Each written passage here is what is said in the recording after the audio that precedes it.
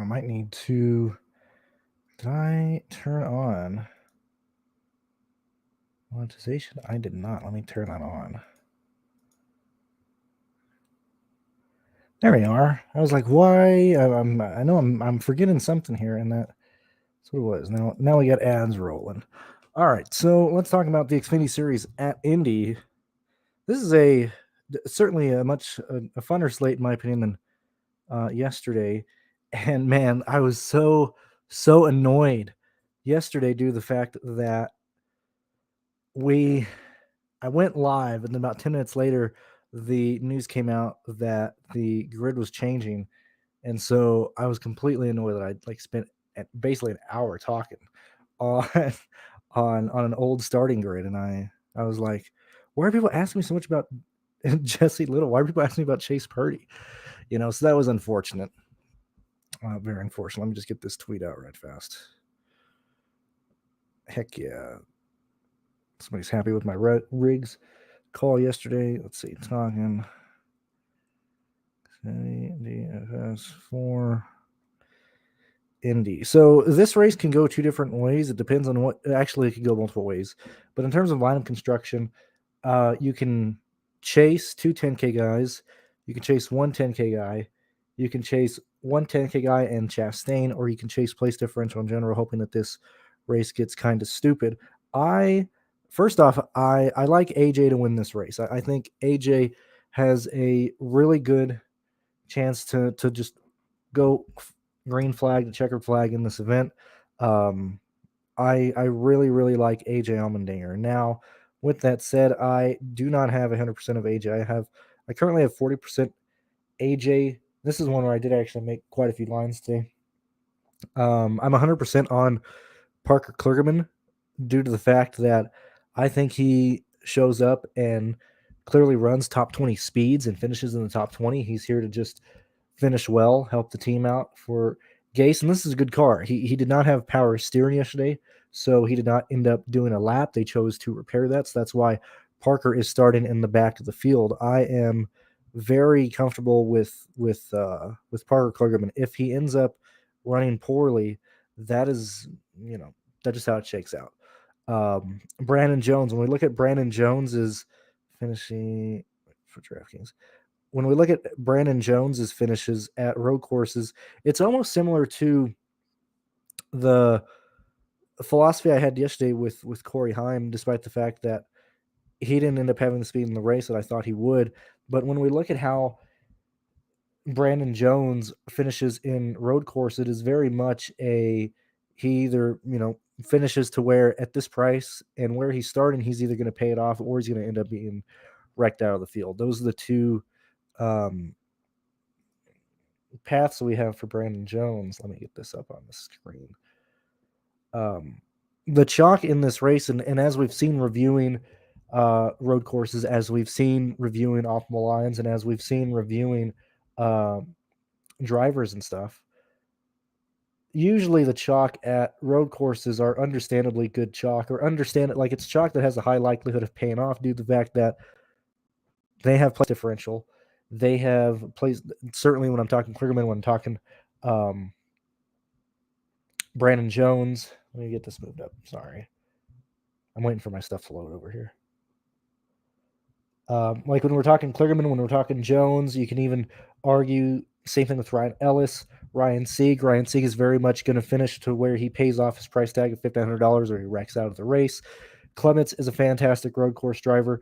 Kyle Weatherman's a fantastic road course driver. Anthony Alfredo, Gralla, Snyder, Pardis, all these guys are very much in play, very much have upside that gives them 10 place differential points. And so for me, it is very much in talking lineup construction. It is building some lines that have AJ in them. Okay, cool. My ads are running. I was like, man, I turned on monetization way too late. It is very much, for me, chasing place differential with 5 or 4 guys in my lineups. So, like, if I have AJ Allmendinger in my lines, and it's almost a situation where it's very similar to like stacking the back at a plate race, but it's not necessarily you're going out of your way to do those. Like you wouldn't enter this race saying, "Hey, let's stack from the back." But when we see the amount of viable guys in the back, if we just include guys starting from 20th on back, I would say Lally, Pearce, Gralla, Snyder, Alfredo, Weatherman, Clements, Sieg, Ellis, Jones, and Kligerman. That's 11 guys starting from 20th on back that are all viable. I think a majority of your lines should have 5 of those 11 guys in your lineups. Once you get past that, you can play Ty Gibbs, you can play AJ, you can play people like Ross Chastain. I think an interesting build that is going to be more popular than people are assuming is AJ, Ross Chastain, and then 4 of these guys back here. I think if you're playing Chastain, you're playing him not due to the place differential that he has there, but the win equity and the win upside that he has. Now he's in a DGM machine, and there is a bit of concern for me there, like just due to the fact that Chastain is running equipment that is not affiliated with Trackhouse, that is not affiliated with RCR, that is not affiliated with the better teams. This is a DGM car that we have seen him hop in before, and that we've seen other people hop into these cars before. Sometimes they run well, sometimes they run into mechanical issues. But when we look at head-to-head, Ross Chastain and Andy Lally, I think Andy Lally is a better play than Ross Chastain. I think Ross Chastain and Miguel Paludo are very much identical plays. I think if anything, if you are interested in Chastain, I think you should go to Daniel Hemrick for much less ownership, for a much I would argue a much higher win equity upside head to head between him and Chastain. And so for me, a chalk play that I want to try and get off of and try and stay away from is Chastain, because I think a lot of people end up going with Chastain, even if they're chasing AJ, if they're chasing Ty Gibbs, or if they're in their mind, okay, we're going to stack from the back. Chastain will be the farthest up guy that I play. So Chastain's the one guy that I'm kind of concerned about and wanting to get off in line of construction for today. So that's where I'm at there. Let's see. 37 of you guys here. Thank you for joining me on this Saturday afternoon. I'm pretty sure some people are watching the IndyCar race and stuff. In the 7K range, I am. I mean, this is a stacked field, and I don't understand the pricing behind a lot of these drivers. But in the 7K range, I'm probably not going to Herbst. I'm not going to Castle. I know he's not technically 7K range, but Andy Lally at $6,900 would be a guy that I would go to. Clearly, I'm not going to talk you off of Kaz Gralla. I think it's very difficult to find a lot of negatives for Kaz Gralla in this car. I think the one negative that you can bring up that I think everybody can see is his practice speed. However, this is a long race. We know how good Kaz Gralla is, and so Kaz Gralla is probably the best play in the 7K range. But the 6K, the 7K, as I said, Alfredo's 54, Kyle Weatherman's 52. While I don't think you necessarily need to go down there, there's just so many people in play this week. Let's talk about guys that aren't viable, or guys that I don't view being in lines. Maybe that can help pinpoint down, and more accurate player pool of what we can look at. So for me, I have no interest in Riley Herbst. I have no interest in Alex Bowman. I have no interest in building lines with Sam Mayer. So we're trying to pinpoint down how lines are going to be made, where the ownership is going to go by doing this. And so continuing on, personally, I don't want to play Chase Briscoe because I think he can be outscored or be scored very similar to people like Sheldon Creed, people like Ross Chastain, people like Parker Clearman, people like Brandon Jones. And so for me, I'm not going to get to Briscoe. I'm not going to get to Gregson, Barry, Hill. These are guys that I don't want to be on. My first guy that I see that I don't know if he gains a lot of ownership, but I'm somewhat interested in because I think he could have some baked-in place differential depending on how this race goes. I think that he's going to be overlooked based on kind of where he falls in price, and that's Justin Allgaier. Allgaier is starting 10th he's the first guy I run into after we get past Gibbs, after we get past AJ, that I'm curious to go to, that I want to at least have at least one line with him, a one-off line, kind of get, especially if it's a very chalk line that I'm running. I think Justin Allgaier is a very interesting play to get different on. I don't want to go to Castle. I don't want to play Sage Karam. I don't want to get to Bubba Wallace. Alex LeBay is somebody who projects out at 31 points for me today, and right out of 5x.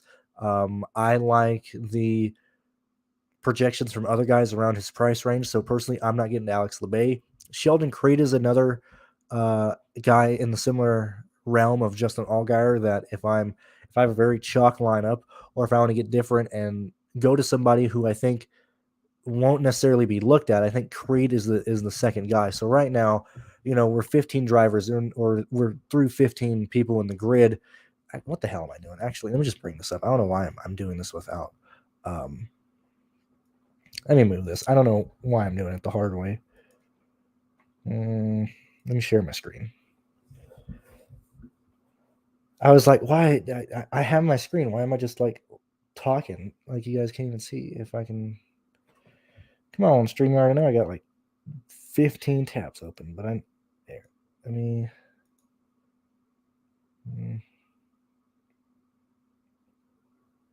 Let me. I will share this one. All right, so let kind of what I was saying there. Let's just go through, find guys we want to go with. And so we already got through these gentlemen here. Allgaier is somebody that I am curious on and interested in playing. Certainly as a one-off, especially if we have a lot of chalk plays. And I'm sorry that it took me this long to bring this up. I don't know what the heck I was thinking. We get to LeBay. As I said, I like other people in the 6K range that I want to get to. Creed is the fourth guy so far that I have interest in, due to the fact that he had good, pretty decent practice speed. Let me move. I got to take this off real fast to move a sheet over, because I don't just want to give away stuff that people are paying for behind the paywall. So when we look at Sheldon Creed, I'll put your little comment up. As we look at Sheldon Creed, starting 15th, every category he's showing top 10 speed in. Sheldon Creed's $8,200. Okay, I think it's very likely that he scores close to around 45 points, if not higher than that. I like Creed. Like I have a feeling, and I haven't watched content, I haven't read stuff, but I have a feeling people are going to want to go to either AJ or Gibbs, or play them both together, or do like an AJ Ross Chastain type of line, because if you're trying to fit in as many high guys as possible and you're getting multiple 10K drivers, it's going to be Chastain and then one of AJ and Gibbs. I think this is a race where you personally, unless you're chasing AJ, I don't think you should be anywhere close to $50,000 spent.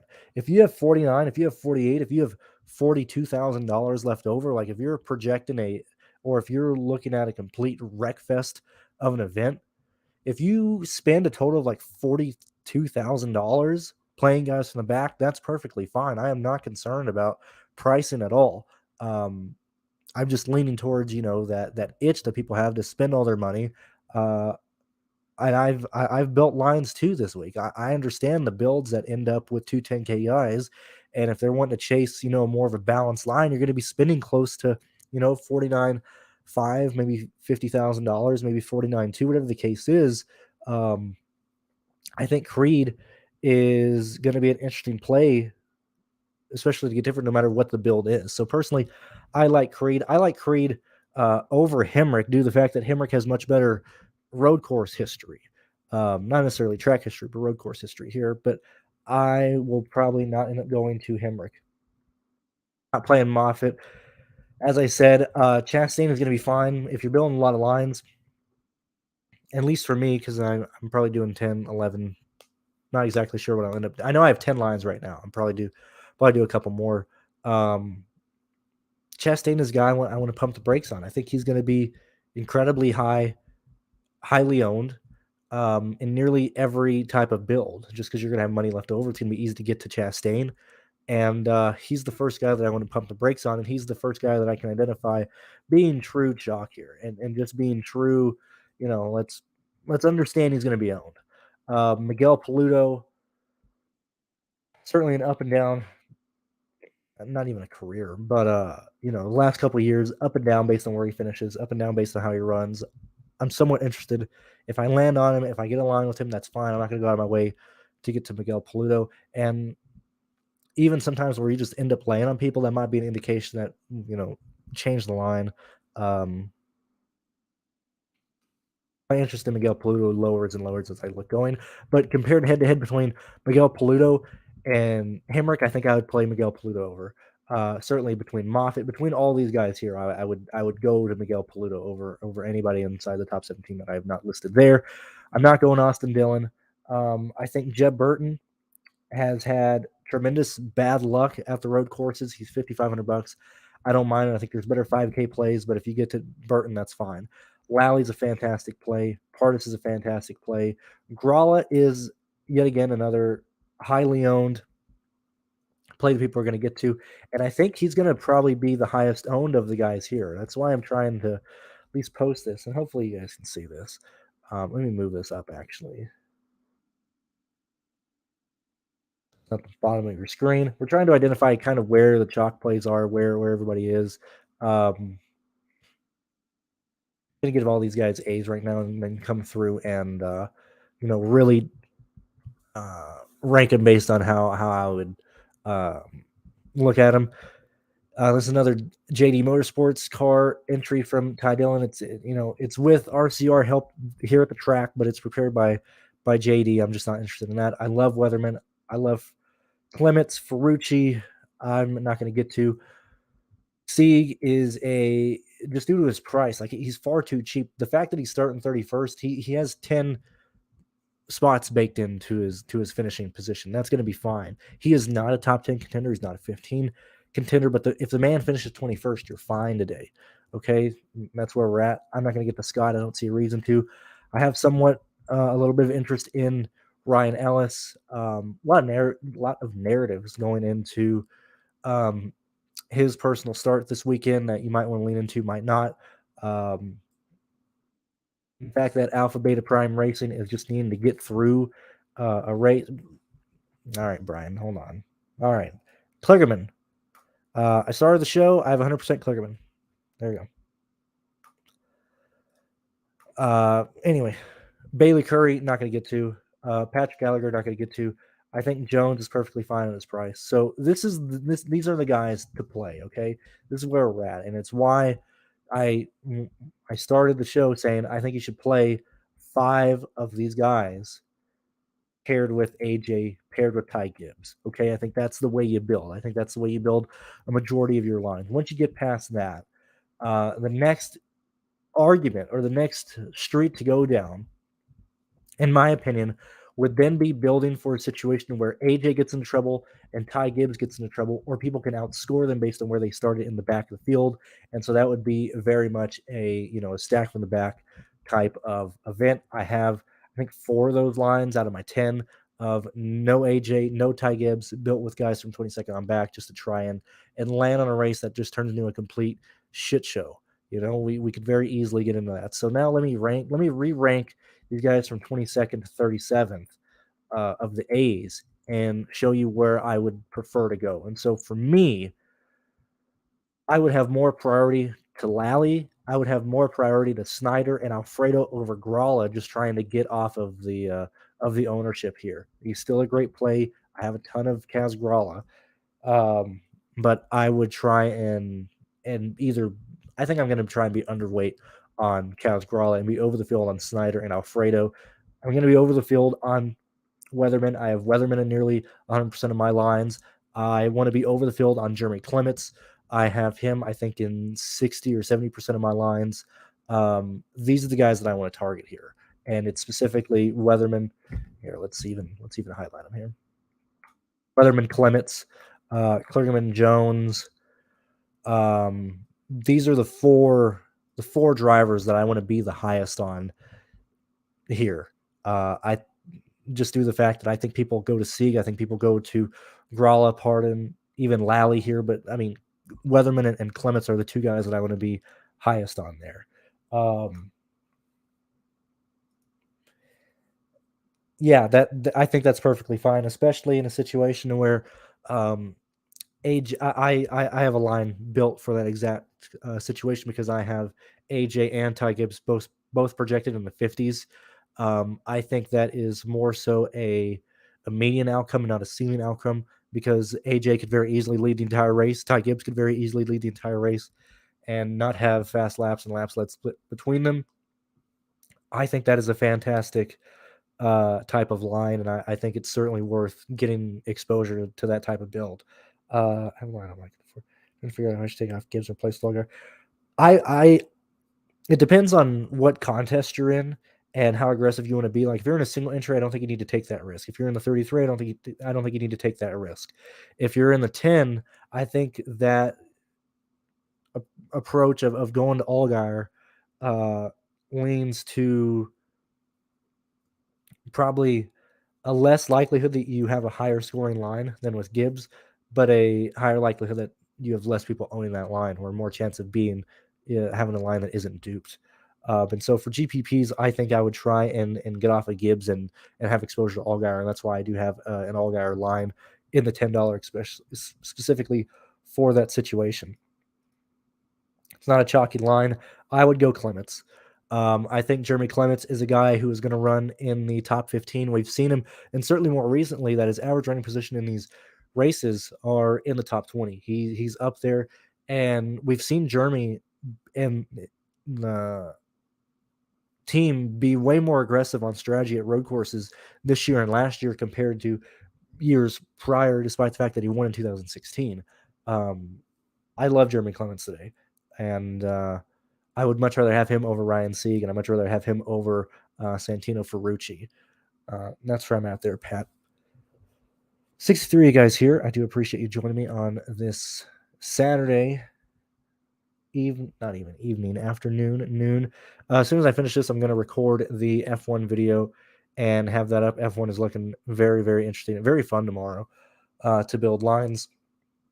Between the Cup Series and Xfinity Series, this is the race that I probably want to attack more just because there's so many more routes to go. There's so many more ways to go. Tomorrow's race can very easily be nobody passes. You have to play guys starting in the top 15, or you just chase the chalk, place differential plays. Like this is a much more fun race to build lineups for. Both due to the fact that you can build differently and end with drastically different salary across the board. And so this is the more fun of the two races at the road course, in my opinion. Let's see. What other guys do I have here? Let me go ahead and take this off. Now that we've gotten that, let me go through my lines and see.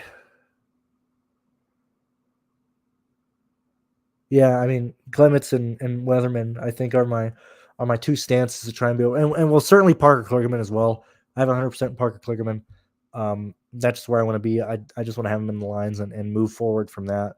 But Weatherman and Clements are the two guys that I'm probably taking the biggest stance on to just try and be overweight, trying to be underweight on Kaz Grala, trying to be underweight on Preston Pardus, trying to be even with Andy Lally. I have no Jeb Burton.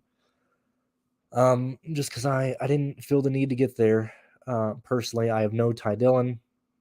My two biggest one-offs, as I said, I have a Ryan Ellis line, and I have a Justin Allgaier line just to try and get different. But I think we see easily the optimal line have four big place differential plays in it. And really depending on what the leader does, it might end up being just 5 gigantic place differential plays. I think this is a race to where I'm trying to think. I think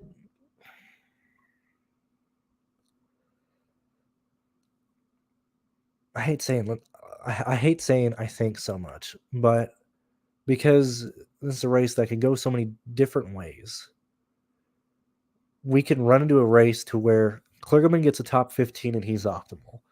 Jones gets a top 15, he's optimal. We probably get two, no matter how the race plays out, two guys starting in the 30s that finish in the top 15 as well. That could be Lally, that could be Gralla, Snyder, Alfredo, Weatherman, Clements. I think they can be optimal.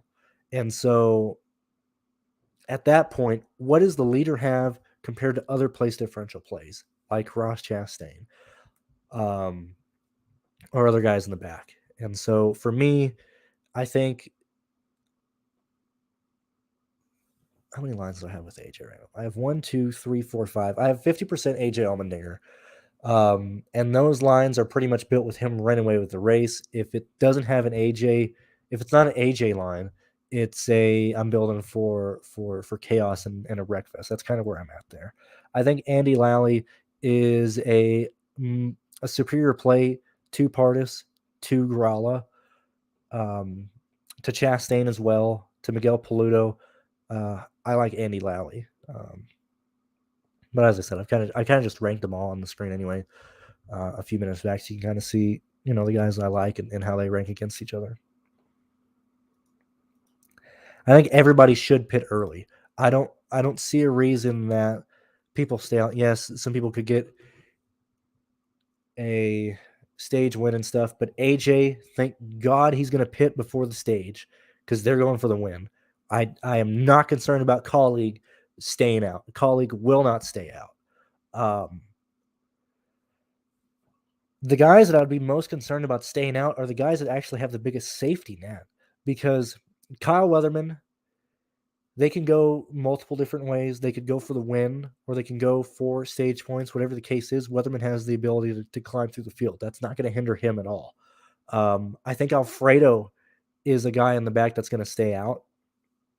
I think Snyder pits, Gralla pits because he's racing for the win. I think Pearce stays out to get points and to position himself probably for stage 2. We've seen a lot of times this year that Pearce is running inside the top 10 during these races, and either due to pit strategy, due to certain yellows, he gets moved in the back of the field. But I think Pearce is a guy that stays out. I think Alfredo is a guy that I could see staying out.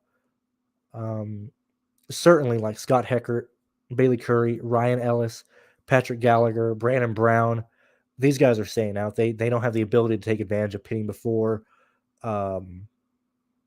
So while it's normally a concern, I think we're already sitting around guys who are going to play to win this race, and I don't think we need to necessarily be concerned about pit strategies as much as we do for the Cup Series ACS. That's where I'm at there. That is where I'm at there.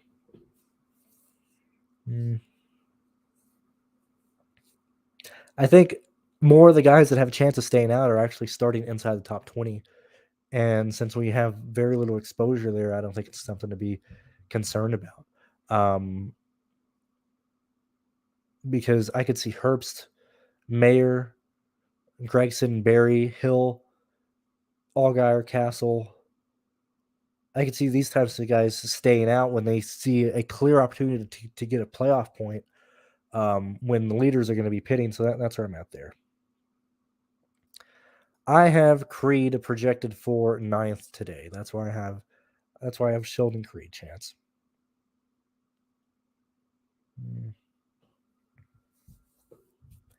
I think that's really about it. I think we've covered a lot. I don't want to keep you guys too long because it is the middle of your Saturday. I know you guys have the Indy race going on. You have this going on. You have F1. You're going to make lineups for. You're probably spending time with your family. You're trying to enjoy your day off. So I'm not going to keep you too long here. I think I'm going to call it. I'll do the Cup Series video. I'll be live tomorrow morning. I'll do the F1 video very soon. But I'm just going to allow you guys to enjoy your weekend and enjoy your Saturday. Just due to the fact that it's a road course. We understand that we need to chase place differential. And so that's where we're at. If you want to support me, support Pearce, support the show, consider joining the Patreon on Monday. If not, I completely understand. And I will see you guys later. So later, alligators.